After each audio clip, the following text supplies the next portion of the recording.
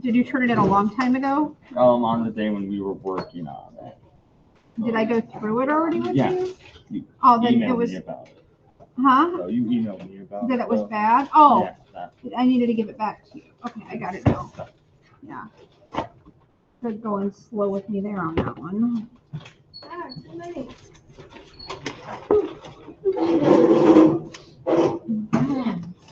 Thank you. Okay. Everybody good to go? Yeah. All right. So let's talk about some of the molecular weights here for these guys. Okay. So ethanol, what did you get for your molecular weight? 46.07 grams. So 46. Propanol? 60 even?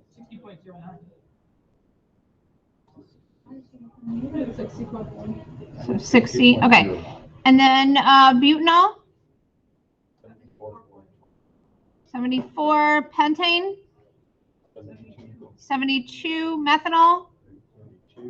32. And hexane? 86. All right. So the other things that you should have seen for this was that anything that ended in OL had hydrogen bonding. Okay. If it didn't end in OL, then it didn't have hydrogen bonding. Okay. Now that's not always the case. Okay. I'm just saying between these substances, that's the case. Okay. And the difference was this OH group at the end here. Okay. That OH group allows for this hydrogen bonding. Come on. This is not being friendly to me at all. Okay, this hydrogen bonding here. And then you had a series of carbons and hydrogens going off this direction. But all of the alcohols ended up having this at the end. Yes? Did you notice that when you drew those out? Okay. The pentanes and the hexanes did not. They were just your carbon, and then you had a bunch of hydrogen stuck to them on each side of it, right? This is not being friendly in this chart for some reason. I apologize for that. But you get the idea. Now, the difference that you should have seen in your delta T values, and I don't know if your lab, typically this lab turns out really well every year, but this year, for some reason, some of the data didn't turn out quite like I had intended. So that's why I want to spend a few minutes going through this. If we're looking at your delta T values from up in the higher part of the page here, you should have seen that if we're just comparing the alcohols, okay, between the alcohols, you should have had this have the greatest delta T. This should have had the next greatest delta T as far as the alcohols. What should have come next? Right. This should have been propanol. And then this guy should have had the smallest delta T. And it should have had the smallest of all of them. Okay? Of everything on the page, this should have had the smallest. Okay? That's what I was hoping for as far as your data. Now, if we're looking at all of the alcohols, all of them have hydrogen bonding. They have the same structure here. What's the difference then between methanol and butanol then? What's the changer? What's the game changer? Why did this one have a smaller delta T than this guy? Molecular mass. Okay, so your molecular weight then, if we increase your molecular weight, what did we say that was an indication of? It's not the molecular weight that makes the difference. It's the number of electrons, right? But molecular weight is an easy thing to look up. Okay, so that's why they go with that. But it's not really the molecular weight. The molecular weight then equals an increase, so an increase in molecular weight gives you an increase in electrons. Okay? If we have an increase in electrons, that makes that, well, I guess I should.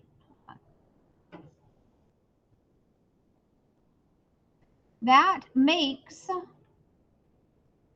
the molecule more, what's that lovely word that they love you to use? Polar.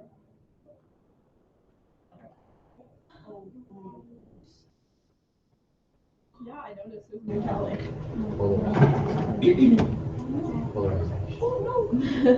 Polarizable. Polarizable. Okay? So it makes the molecule more polarizable. Now, what in the world does that mean? That was where I was talking, if you remember right, I was talking about those electrons shifting. Remember, the electrons are constantly moving. And this is similar to us walking with a glass of water, less electrons, or a tub of water, more electrons. It's going to shift more the more electrons you have. So you're going to have these molecules that are more polarizable. Remember, when it's polarizable, that means that we've got a negative end and a positive end. And that's going to induce or cause the next molecule to do the same thing. And those negative and positives then get attracted to each other. And that's what has them hold together. That makes sense? Now, how did this translate to the delta T? Well, an increase in IMFs led to a decrease in your delta T because those things are going to hold together. They're not going to evaporate as fast. A high delta T meant that the thing was evaporating very rapidly. Very rapidly. Okay? And if it had a high delta T, it had low IMFs. So the difference in the alcohols had to do with actually with the LDFs because they all had hydrogen bonding. They all had the same structure. It was just that one had more LDFs than the other. Okay? And that was the same thing with pentane and hexane. All they have is LDF. That's all they've got. They don't have any dipole-dipole. They don't have any hydrogen bonding. So their difference is the LDFs, and that's why you should have seen that this had a lower or higher. Did this have a lower or higher delta T compared to this guy? Right. This one should have had a higher delta T compared to this guy, and it actually should have had the highest delta T out of the whole thing. That's what we were hoping for. If you got the data that I was hoping that you got. That your pentane had the highest delta T. Because, okay, when you have a higher molecular weight, you have an increase in electrons, makes the molecule more polarizable, and leads to higher IMFs.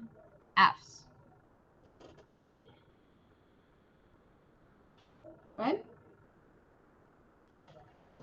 All right, on the next page, I was trying to get you to look at butanol and methanol. Now they're listed differently on your sheet. I rearranged this since then. Okay, but I wanted you to explain the difference between the butanol and methanol, which I've just done in terms of LDFs. Okay, and I wanted you to explain the difference between the pentane and the hexane, which I've just done in terms of LDFs for you. Okay. Then you were to graph on here. You had molecular weights down on the bottom. On the side, you had delta T. Now, this was just the alcohols. So the things that ended in OL. Okay. You should have gotten a line, you're going to connect the dots, and it should look something like that. If the data worked out right. Now yours is going to be done more professionally with your axes drawn in and labeled properly and all that good stuff, but you get the gist, right? Okay. All right. Then you had two follow-up questions. You have two liquids here. We're comparing the pentane and the butanol. Now, they have nearly same molecular weights. If their weights are nearly similar, that means that the number of electrons are nearly similar. So that means that their LDF is not going to be a player here. So what is the player in the difference between these two? This one had really small. This one had the smallest delta T on the board, and this should have had the highest delta T. Right, yep. The game changer is that hydrogen bonding. So you need to write something down about the hydrogen bonding in relation to IMFs and relate that to your delta T's. The alcohols, you should have had butanol having the strongest IMFs, and the weakest you should have had was methanol. And then you need to talk about what?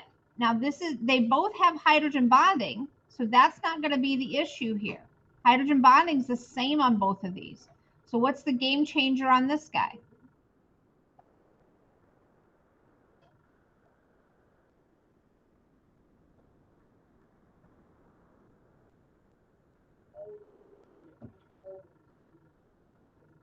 What's the game changer here? Between butanol and methanol, what's the difference in their IMFs? Right, which means what force? LDF. Okay, so you need to talk about the LDFs and why the LDFs are different in these two and how that was expressed in their delta T values. Does that make sense? All right, any questions on this lab? Did that help some of the explanation on here for some of you? Yeah, maybe. All right. Then I want to talk about this simulation.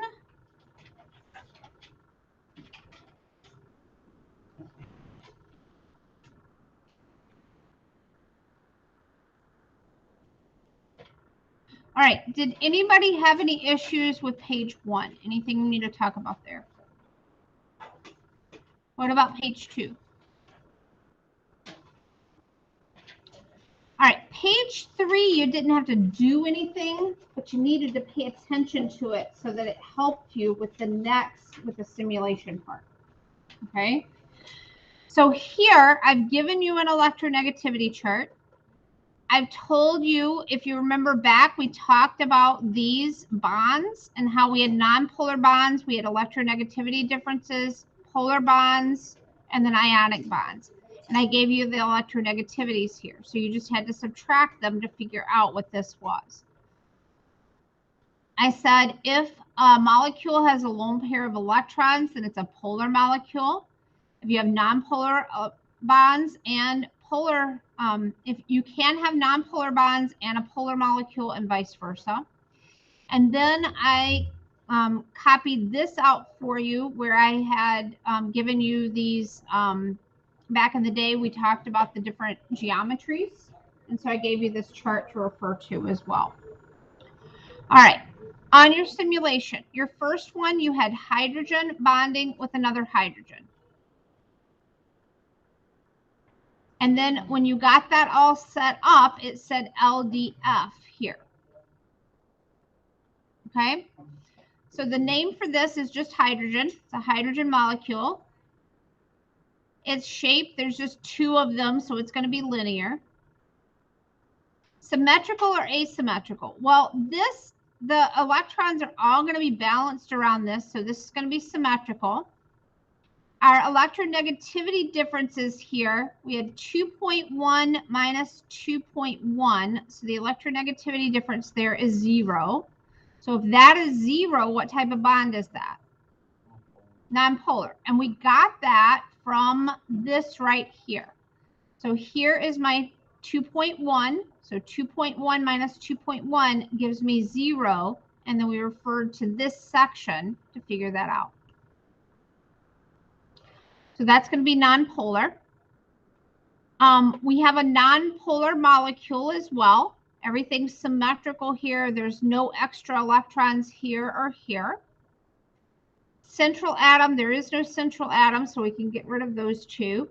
And then type of IMFs, all you had to do was go up here and find that. That is LDF.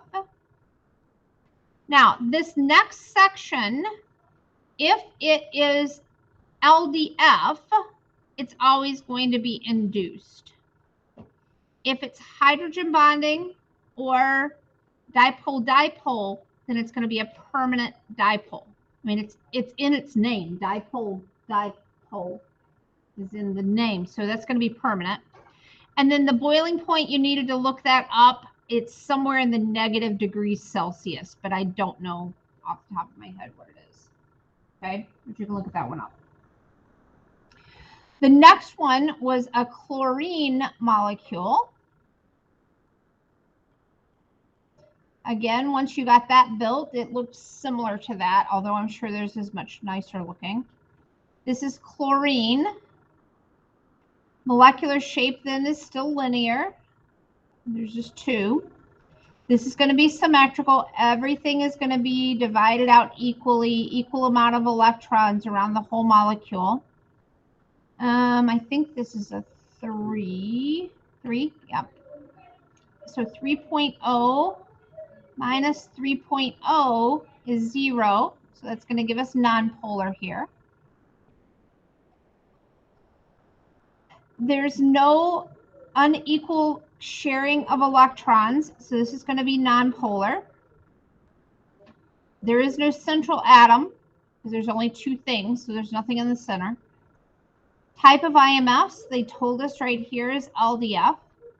If it's just LDF, then it's induced, and the boiling point again is going to be in the negative degrees Celsius, but I don't have it memorized. All you have to do is type it into Google. Boom, it's there. Okay. So you went set below and split loop. No, I wanted you to see that this one was lower than this one, because this one is going to have more LDFs in it. Why? It has more electrons, making it more polarizable, leading to higher LDFs. Have you got that statement memorized yet? Yeah? No? Hydrogen just changed the low to lower. All right. This guy here, he's going to be in the positive degrees Celsius because he is liquid at room temperature. I can look, I have it all on my answer key over there. I'm just too lazy to stand up and get to it. This is hydrochloric acid. If you don't remember the name for it, again, you can Google it. You had the power of Google at your hands for this, or DuckDuckGo, or whatever they've given you access to now. This is linear. This is not symmetrical, okay? You're going to have a concentration of electrons around this chlorine. This thing was not symmetrical. It was not nice and pretty and symmetrical. This was like a little bit here and then a big blob over here, right? When they drew this, it was something like this. That is not symmetrical. Okay. But I think I got it. Yeah, that was asymmetrical then. Then we needed to figure out the differences here. Well, this is 3.0 minus 2.1. That comes in as a solid 0.9. If we looked up our scale up above on the previous page, that's going to give us a polar bond. This is definitely a polar molecule. There is no central atom. Type of IMFs. So they tell you here. Do you see the difference in the diagram here? This is like a little shadow, and this one is like in your face. Okay. So the types of IMFs here, we've got LDF because that's present in everything. We have dipole-dipole, and we have hydrogen bonding. This is a permanent